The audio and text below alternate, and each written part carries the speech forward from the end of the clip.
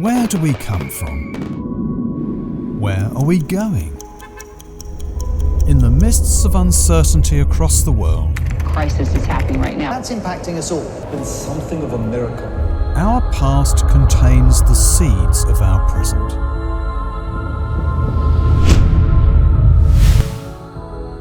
In our time, what is China?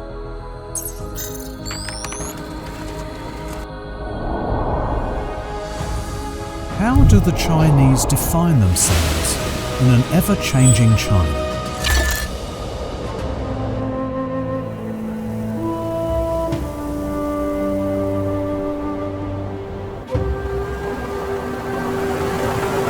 文化是这个民族的脊梁。我们在做的这件事情是万里长城刚刚第一块砖而已。中国自古是一个文学的国度，而辛弃疾呢，也是其中一个非常特殊的存在。我特别喜欢他的“想当年金戈铁马，气吞万里如虎”。其实我们说辛弃疾还有另外一面，不但有豪放，还有蓦然回首，那人却在灯火阑珊处。文武双全，这就是我们每一个中华好儿就梦想成为的样子。宋词这种感觉可以说穿越了1000年，仍然在我们的心里流淌着、燃烧着。我们正是在找寻诗歌本来的样子。Over 1,000 years ago, during the Song dynasty, the greatest minds of China brought Xue, a special form of musical poetry, to the pinnacle. With various emotions flowing in the tonal patterns, Song Xue was meant to be sang with music rather than read. Xing Qi-zi, a legend in Chinese history. He was considered the greatest Xue poet of his time about 8 centuries ago, and a patriotic general.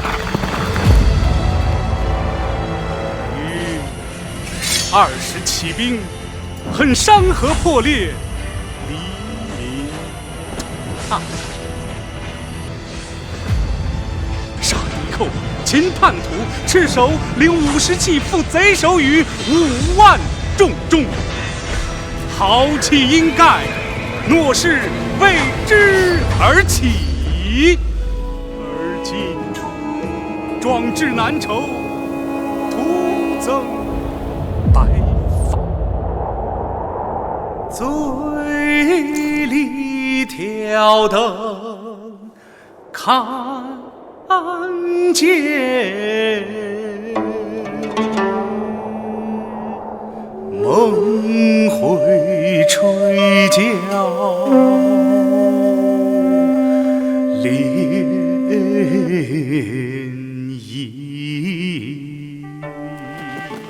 Over 8 centuries ago, Xing Qi-zi, at the age of 48, wrote these lyrics to Po Zhenzi, a tonal pattern that can best express his ardent patriotism, heroism, and a lifetime of struggle. During the centuries that followed, unfortunately, the music of Xue poems was lost. Thus, an important part of Xing's poems was missing.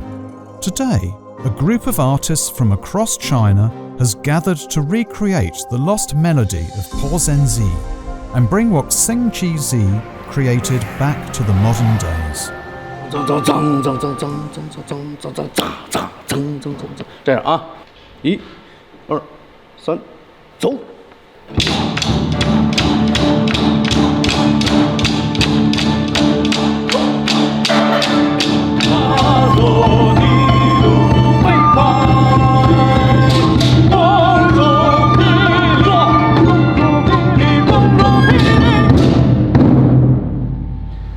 相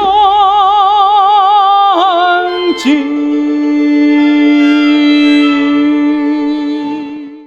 不高级啊，不高级，妩媚啊，妩媚。 Restoring the poem's melody has turned out to be much harder than they thought. 创作难度非常大。我找了这个碎金词谱的谱子，人写的其实有好几遍写的，按现代音乐来说就很，确实不好弄。都是拉哆咪，装饰音出现好几次，甚至有点重复。现在人写曲子很少这样。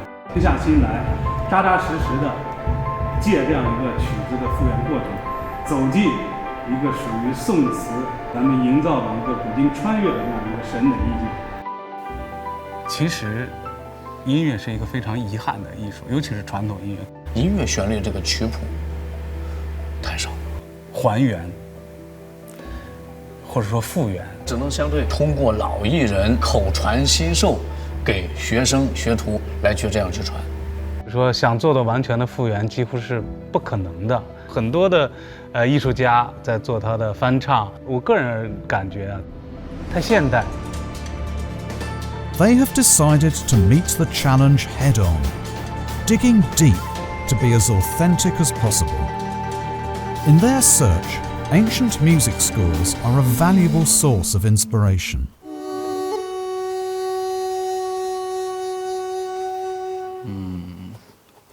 这弦太长了，梦回吹箫。试试。对，也可以啊。你试一下嘛，来试一下。我们分歧是在，我觉得这句这样好听，它是一个活的东西。它是不显示节奏的，只是跟你说一个字儿对一个音儿，但是这个音儿吹多长、吹多久是不显示的。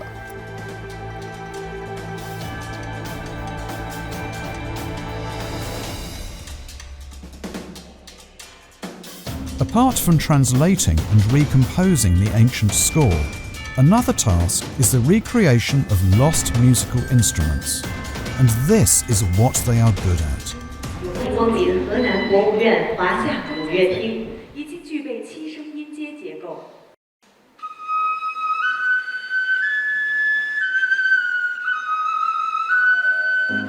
The recreation of this instrument has been their proudest achievement. The jiahu bone flute is China's oldest known musical instrument. It dates back to as early as 9,000 years ago and was unearthed in central China's Hunan province, the birthplace of Chinese civilization. 就是因为通过这个贾湖骨笛的出土，把我们的音乐文明往前推了3、4千年。因为在8000多年前，我们老祖宗都能通过一个器物，能够吹出来完整的7声音阶，所以这是太震撼了。这是所有我们搞艺术的、搞音乐的，真的是对我们的先民们的一种崇拜，他们太伟大。The Huaxia Ancient Music Orchestra has restored more than 1,000 pieces of ancient Chinese music and over 300 old musical instruments. "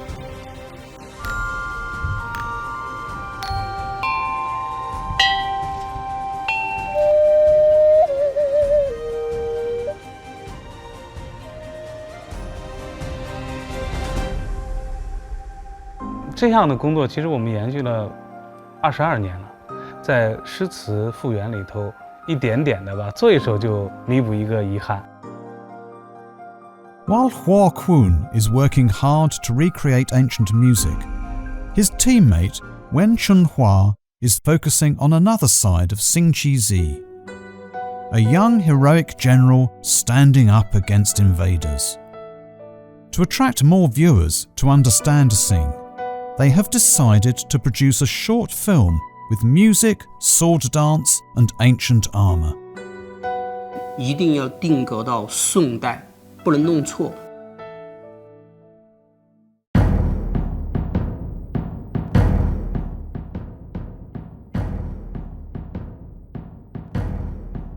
As a renowned armor craftsman, Wen Chunhua has created many pieces of ancient Chinese-style armor, with some sold for millions of dollars.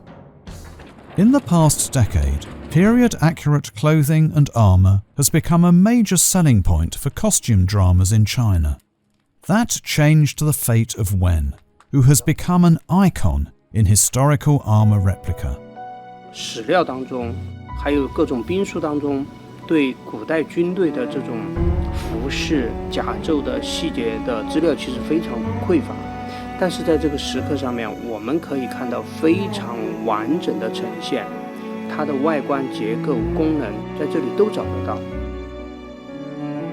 10年以前，我谋划的事情一件都没成，就是很长一段时间，我是玩物丧志的代表。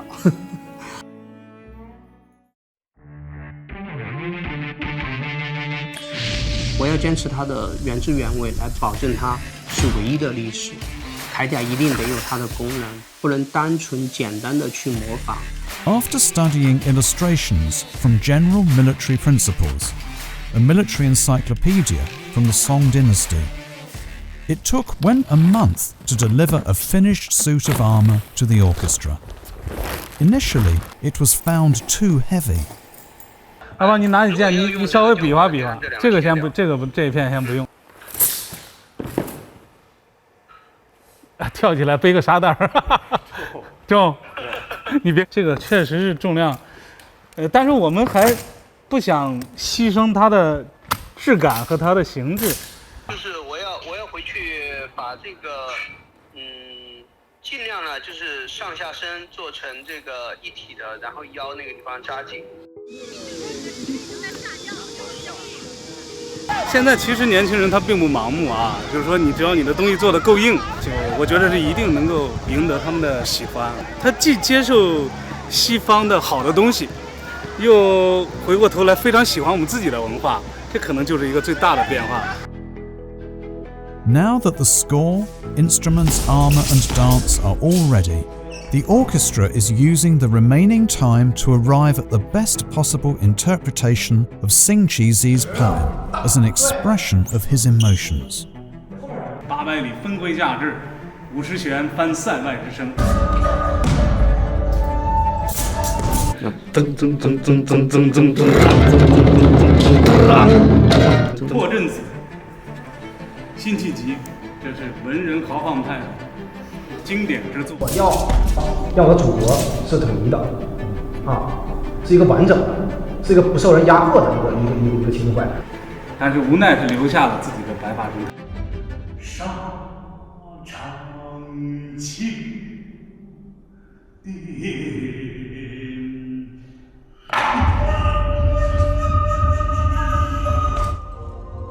最难的可能还是要穿过像丛林一样的历史，去找寻古人的精神世界和他的追求。当时尤其是南宋时期，内忧外患，国家积贫积弱，挥洒洋洋文字的辛弃疾，拔剑上场杀敌的辛弃疾，一种非常忠烈的一种爱国的情怀，你可以感受到，当时的辛弃疾一定是生不逢时。设若是辛弃疾活在当中，是什么样的一种情怀？可能历史也会通过回声去传递给我们，传递给我们的先民，我们的现在的当代的中国发展的这样一种气象，应当是可以去慰藉他们这样的一种精神的追求吧。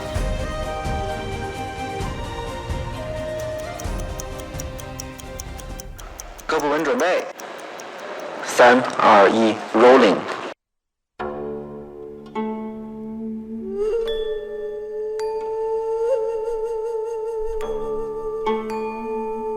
醉里挑灯看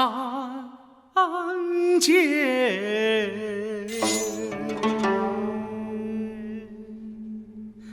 梦回吹角涟漪。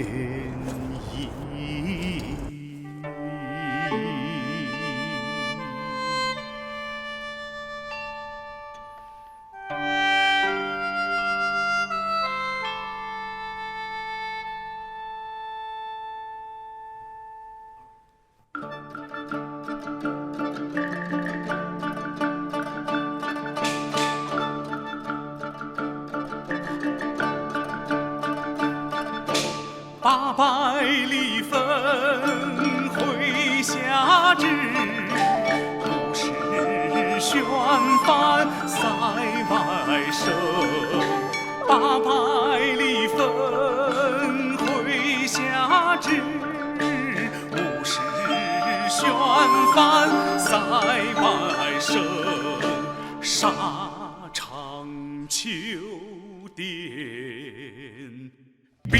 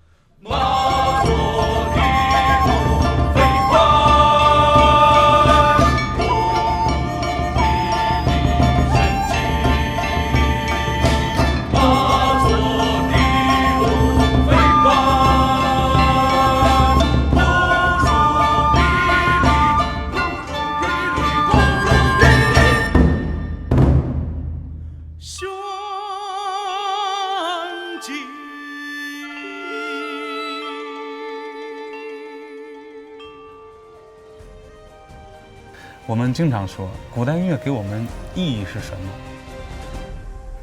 替一个古人活到今天，用你的吟唱去传达这一份穿越历史的这种共情的情怀。之所以我有所坚信，是因为这些声音曾经传递给我无数次的感动。我觉得我现在做的这些，对于我的后代来说，他不用再像我现在这样吃力的去看这些东西，这种仪式感不会有那么强烈了。可以说，我们处在一个做传统文化，可以说处在一个最好的时代。我坚持这件事情也很久了，我以为我是在玩哈，但后来今天我觉得它是我血脉当中固有的一些文化基因，就它刚好赶上这个时候了，它在复苏。从崇尚国外品牌，对国外品牌羡慕，但是我觉得这10年啊，铠甲，特别是中国铠甲，是给我们一个自信的符号，这是老祖宗带给我们1000年不变的这种自信的符号。我曾经前10年的时间里走过全世界170多个城市，我觉得我最大的一个感觉就是，这个世界对中国了解的远远不够。我们希望能够让全世界的所有的人看到中国真正的样子。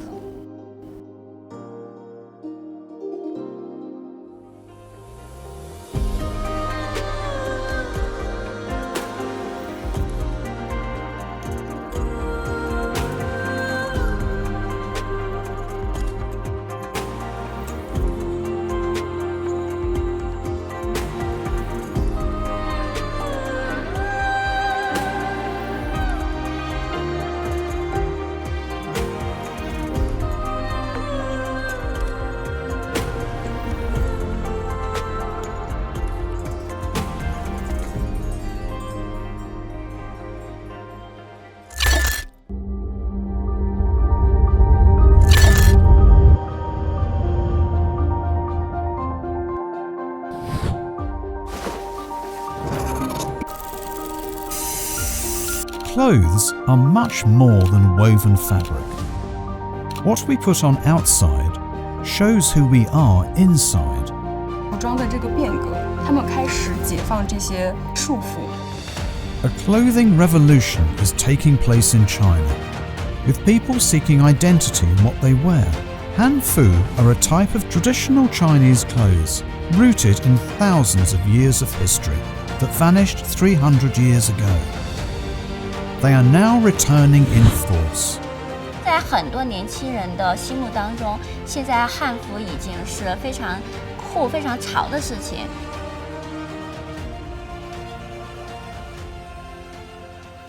Traditional Chinese clothes can be said to have first appeared more than 5,000 years ago, during the reign of Huangdi, or the Yellow Emperor, the father of the Chinese civilization.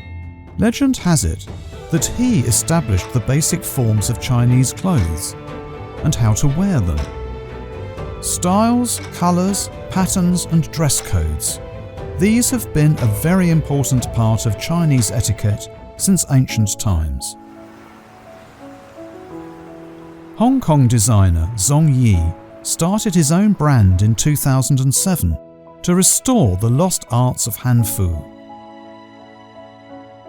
最开始的时候就是自己去尝试着做一下汉服的时候，那就去布料市场上面就找一些布料，后来就发现这样子是不行的，这样子做出来的汉服它只有一个形，它可能没有一个神。Different from Western style, which tailors to the wearer's body figure and highlights his or her individuality, Hanfu is more implicit under the influence of Eastern aesthetics. It hides the figure in a wide robe and big sleeves. 它都是大大的直线，然后一些比较急的弧度。比如说制作西服的话，这个地方有一点瑕疵啊，那裁缝都可以稍稍的调整一下。但是汉服它是平裁的，它就不允许上面有太多这样子的问题了，因为根本没有办法避开。上一次嗰個布料嘅密度就啱啦，但係嗰條緯線太過鬆啊，咁好容易會崩裂咯。你一用力佢就會崩裂㗎啦。Apart from bringing back the most authentic features, Zong believes the vitality of modern Hanfu should fit into today's life. 汉服的一些大的款式，圆领、交领，然后束领，这些款式、一些细节都属于是核心，因为你没有了这些特点，它就不是汉服了。然后一个更大层的核心，我就觉得是平面的裁剪。至于在两样东西之外的，我个人觉得都是可以根据今天顾客的实际需要去定做的，因为只有这样子，这件衣服才是这个人他想要的，它才是活生生的衣服，而不是一件文物活在过去。More people are accepting the beauty of Hanfu.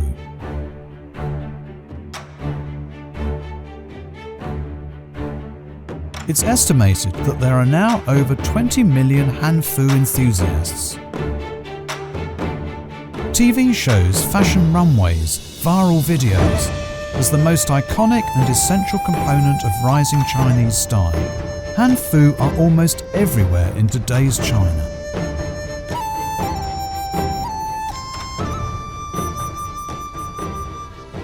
Even in theme parks. Performers dressed in Hanfu are being treated like pop idols. 小朋友说的最多的话就是小姐姐真好看，小姐姐像仙女一样啊，仙女姐姐就是这些。但如果说她从小她就知道，哎，这么仙的样式，这么仙的造型，它叫做汉服，那是不是我以后长大了，我也可以这样子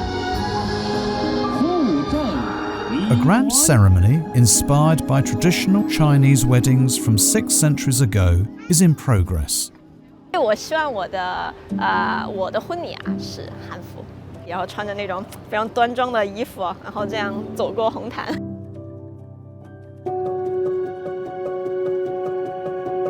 A love of Hanfu actually brought this couple together 2 decades ago.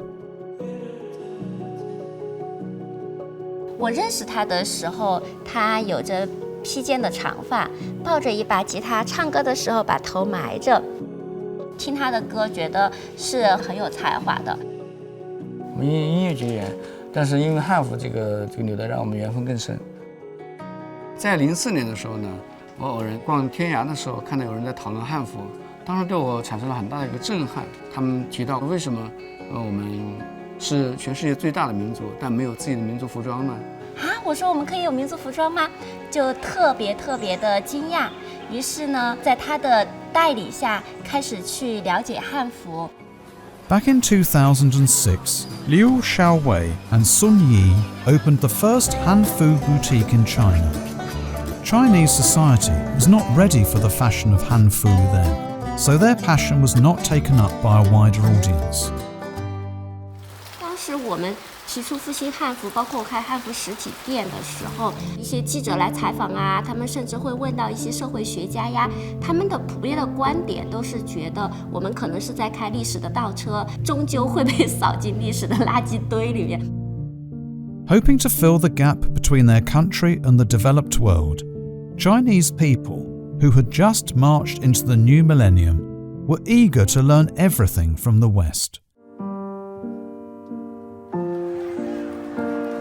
那个时候我特别气愤的一点就是，国外进口呀，或者说是外国的东西，就觉得是高大上，说小女孩长得比较洋气啊，其实大家就是潜意识认为国外的东西才是好的。我们觉得我们中国的文化是美的，我的汉服是漂亮的，我穿我祖宗的衣服我是骄傲的，我为什么一定非要放弃自己的文化特征呢？我为什么不能去复兴我们自己的文化呢？却茫然不知它的去向。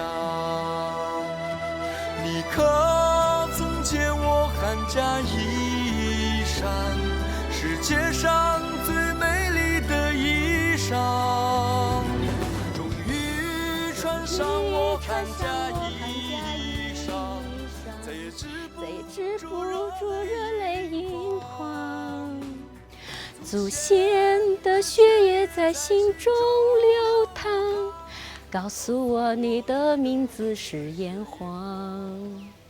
这是我先生写的汉家衣裳，我是把中间省略了一些，它很长，就是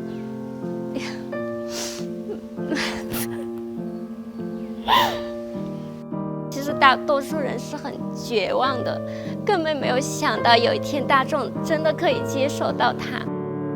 我不希望这样的美被掩盖掉，也不是说要去强过西方，我们希望的是中式服装它能够和西式服装各美其美。我们明显感觉到变化是2014年到2015年期间，国家提出了我们要继承我们中华优秀传统文化。市民版的证券都非常。Today, the changes are being felt at every level of society. In 2022, the market size for Hanfu is expected to reach over $1.8 billion. Though only accounting for less than 2% of China's apparel revenue, that's already a 60-time increase in 6 years. 当时我们想，汉服它消失了300多年，如果我们用30年把它复兴，我们已经很了不起了。30年不行，50年，50年不行，100年，我自己不行，我自己的孩子再来。所以我给我儿子取的名字都叫孙兴汉。我们真的没有想到10多年可以变成现在这么好的一个状态。这个是男子的这个明代的礼服，那个是女子明代的一个礼服。这个是圆领袍，可是呢，它也是橡胶的。In addition to youngsters, the elderly are also enjoying the beauty of Hanfu.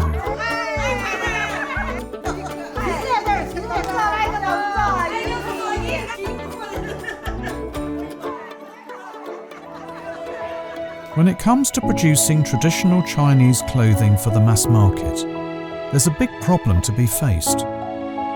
Ordinary customers still feel it's inconvenient to wear traditional Chinese Hanfu in everyday life. That's why a modern style of clothing, integrating Hanfu-style elements, tailoring and patterns, has been gaining ground over recent years. 民族服饰它的整个形制就像一块画布，它留给我们是非常广阔的创作空间。我们作为设计师，这方面可以更多的把我们的想法放进去，做出真正属于自己的作品，属于21世纪的汉服。如果有时光机的话，我可以把这件衣服带回去过去的话，可能当时的人看到了，也会说：哇，这件服饰的纹饰好漂亮哦，好有新意哦，这是我想要的一种结果。我就是希望让古人的文化来惊艳一下现代人，然后让历史再活一次。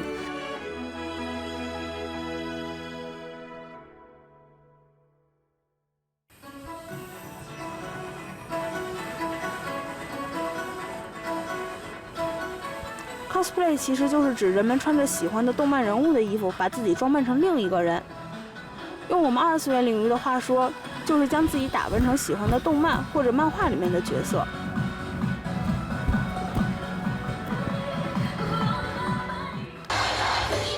Japanese or Western animation, comics and games, or ACG, attracted billions of fans around the world.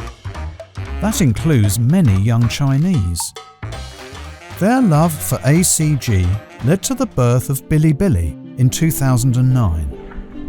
The platform started as a fan-based online streaming website to translate and introduce overseas animation into China. Growing up watching Dragon Ball, Sailor Moon or Disney films, Chinese viewers were eager for something from their own culture. 中国的动漫的爱好者其实内心是有一个愿望的，就希望把我们自己的动画漫画做好。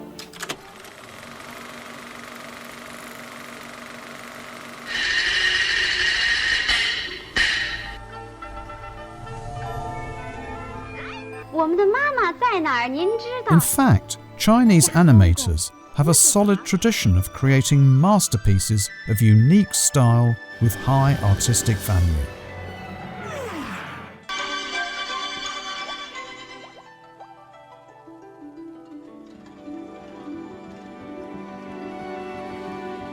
In recent decades, however, their style has lost ground to foreign competition that is often more entertaining and industrialized, and of greater commercial value.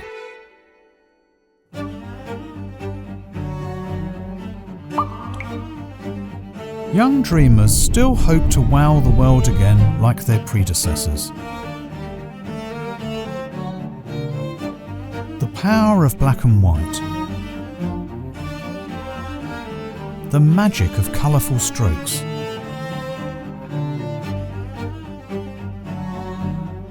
"33-year-old Lin Huan has been experimenting with a combination of modern and traditional aesthetics.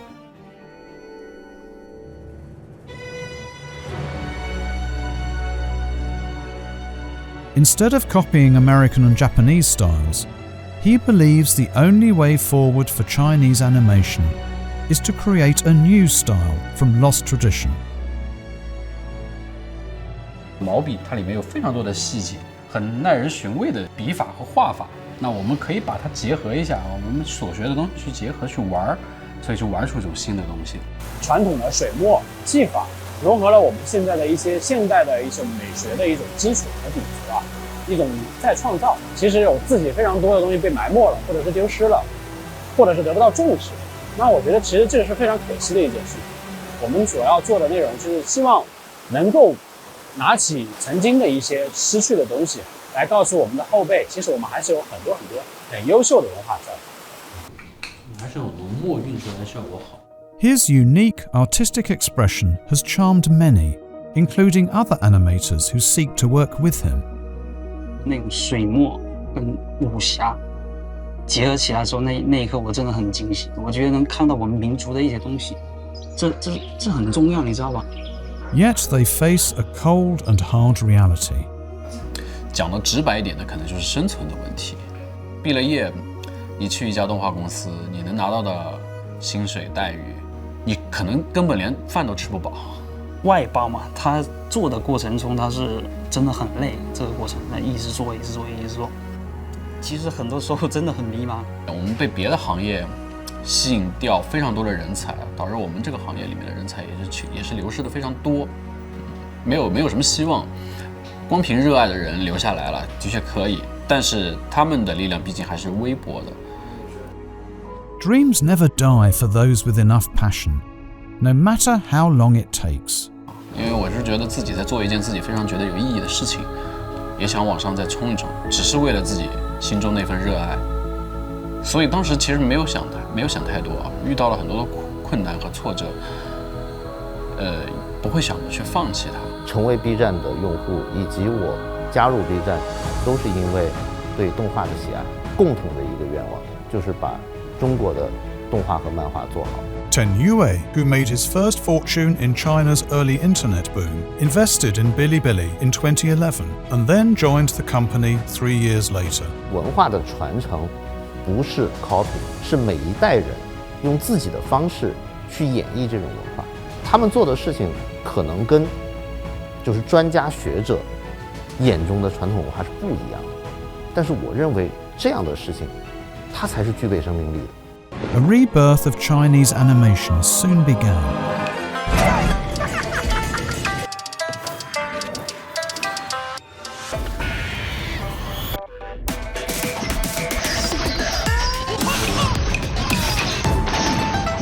From Monkey King, Hero is Back in 2015, to Nurza in 2019, Chinese-style animations quickly became cinema favourites, breaking one record after another.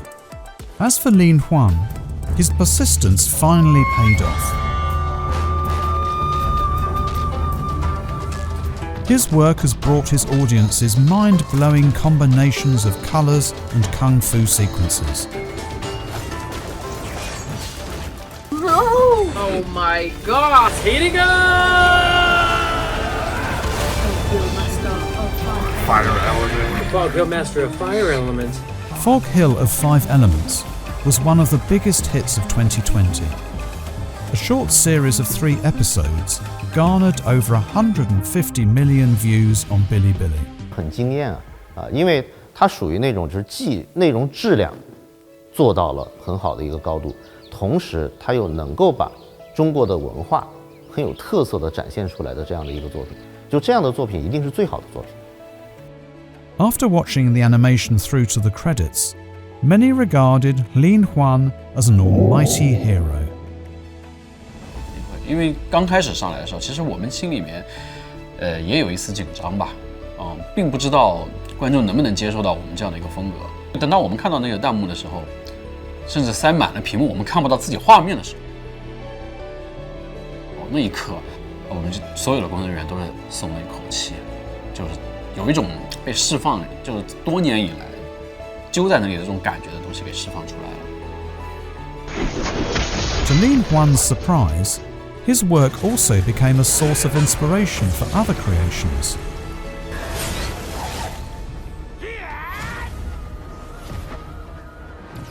Ten Yue is now realizing his vision of Bilibili's future.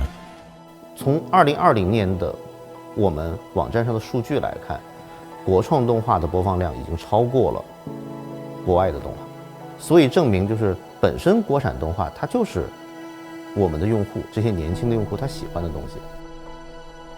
Starting in 2018, over 400 Chinese animation series have been published on Bilibili, making the site one of the largest sources for original Chinese animations.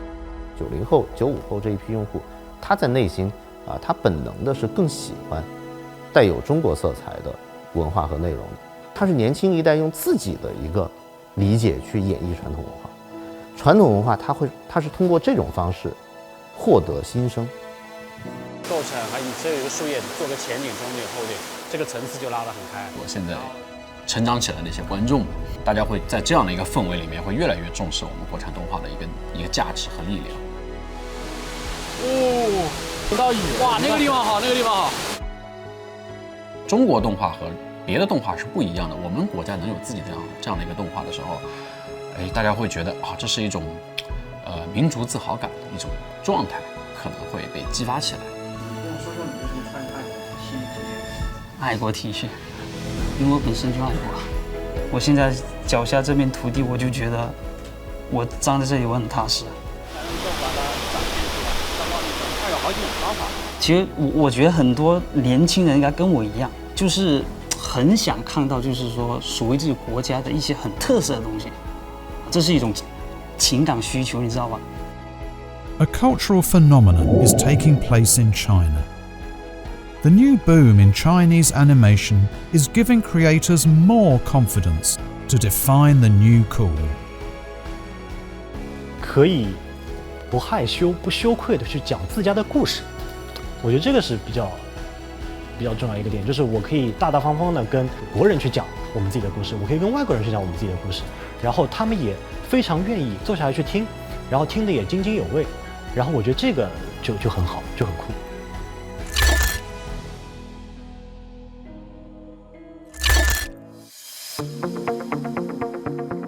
What is different about China's younger generation? The answer is their experience. To take the case of a girl born in the year 2000. So agreed. A year later, China joined the World Trade Organization, pushing forward globalization. When the child was 3, China had sent its first man into space. At 8, she saw the grand opening of the Beijing Summer Olympics. When she was 10, China became the second largest economy in the world, with its GDP having grown 4-fold since her birth. At 12, China developed its first aircraft carrier and its first stealth fighter. and a new political leadership came into office that soon advocated the China Dream to realise national rejuvenation. Following that came e-commerce, 5G, efficient mobile payment, Moon and Mars missions, the world's biggest high-speed rail network, and a space lesson.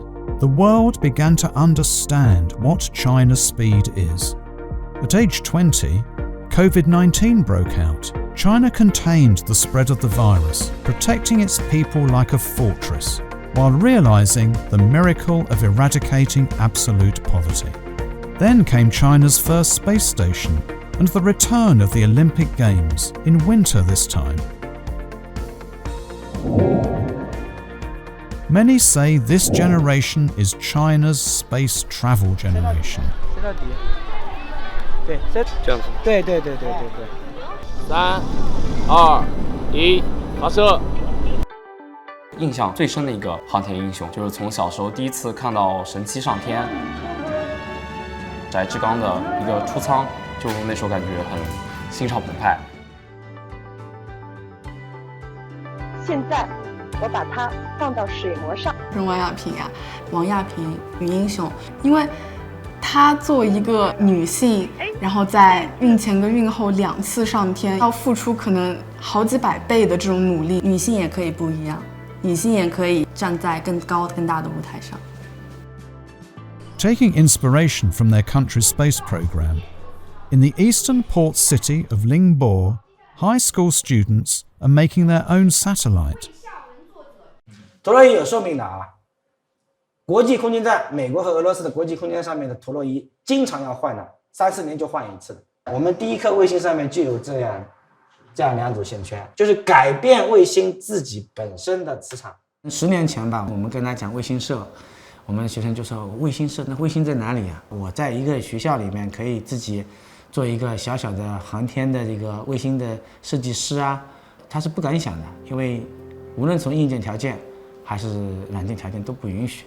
我说我们在不远的将来，我们要自己发射一颗卫星。然后那时候有的学生就哈哈一笑，说李老师你又在吹牛了。3 years ago in 2019, the children's first self-made satellite rode on a rocket into space.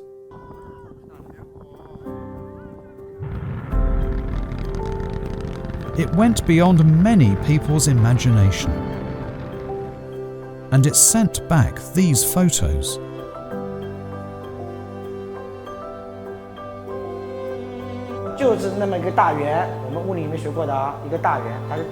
Teaching in this school for over 20 years, Le Tianxue has seen generational changes.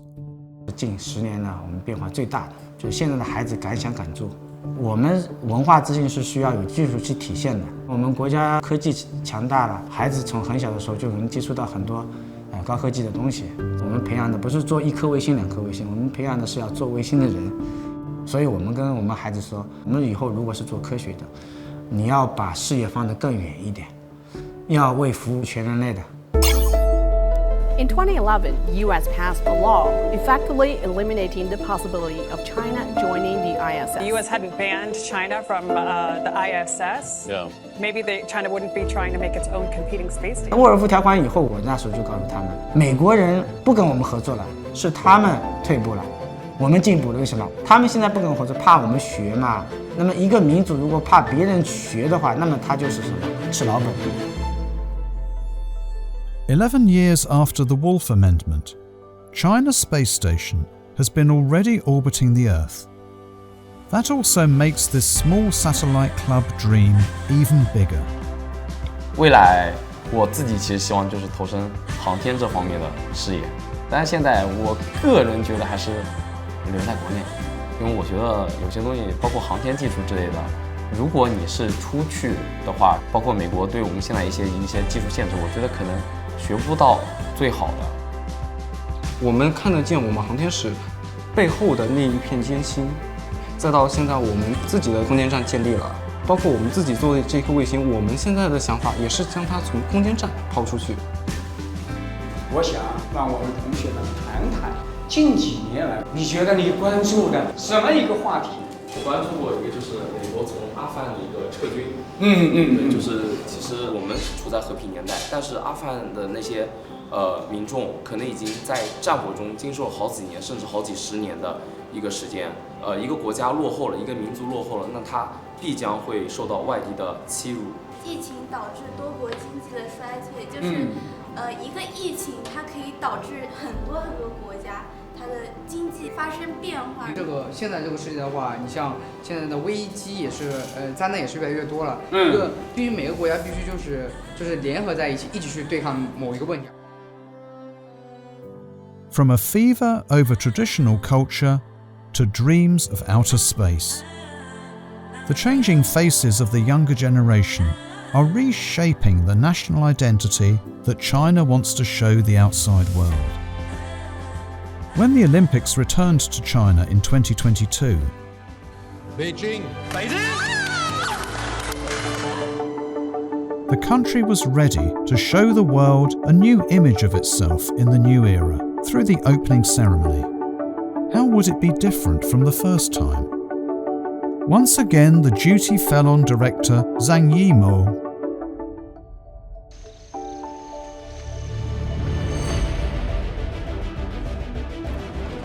From rural stories of ordinary people to magnificent legends of ancient history. From his most iconic and bold colour aesthetics to new breakthroughs in black and white images. For decades, Zhang Yimou has been telling his China story through his very personal filmmaking style. 这是非常非常清晰的新的时代、新的中国的新精神、中国的新面貌，这是我们的主流价值观。我们整个的美学的风格，冰雪、浪漫，另外时尚、潮流，立足于现当代，一定要一以贯之。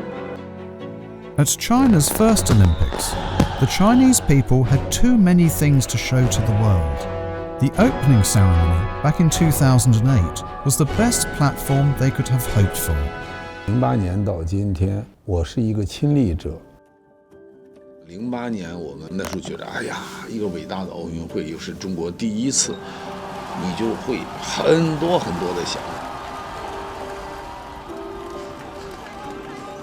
In 2008, Zhang condensed 5,000 years of civilization into a 4-hour grand and magnificent show that amazed the world. Many regard it as the most successful opening ceremony in the history of the Olympics. This time, Zhang made it clear that the Chinese people no longer need to show the world who they are.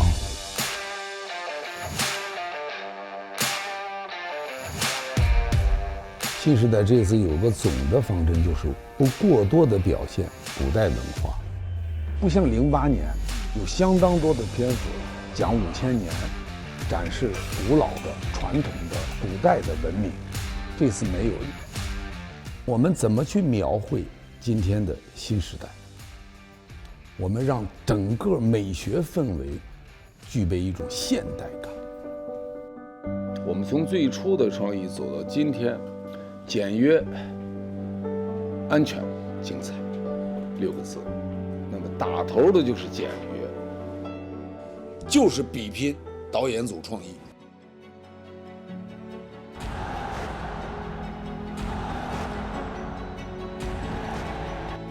应来一个看到人吗？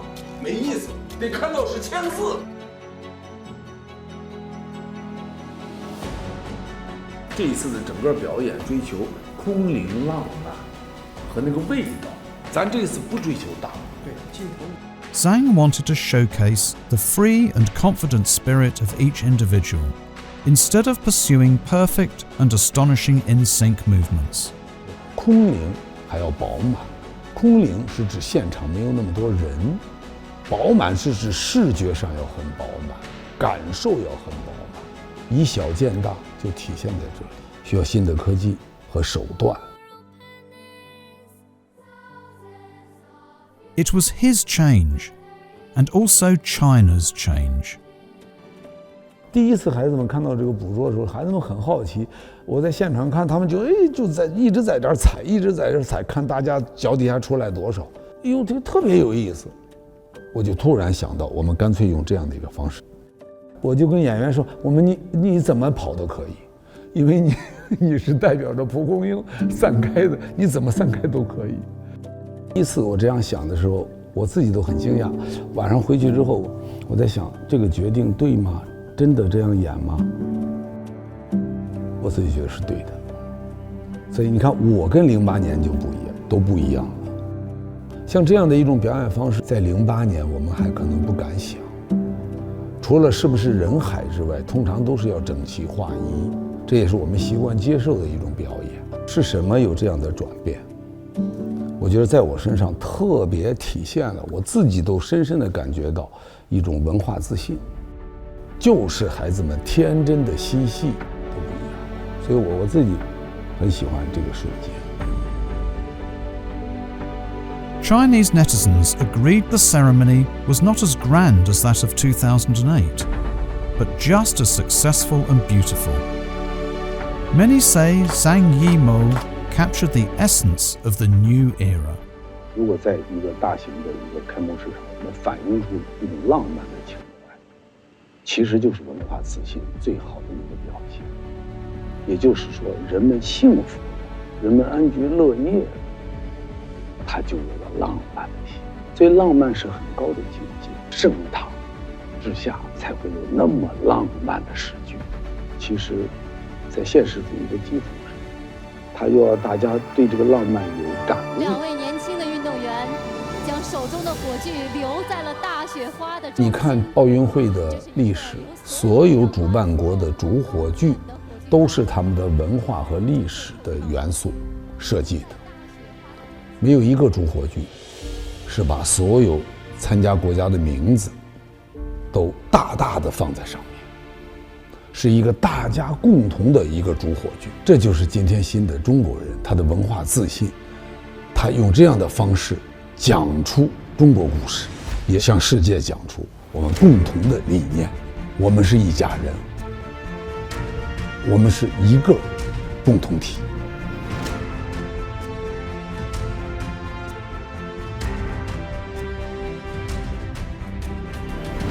今日之中国，不仅是中国之中国，也是亚洲之中国，世界之中国，未来之中国，必将以更加开放的姿态拥抱世界，以更有活力的文明成就贡献世界。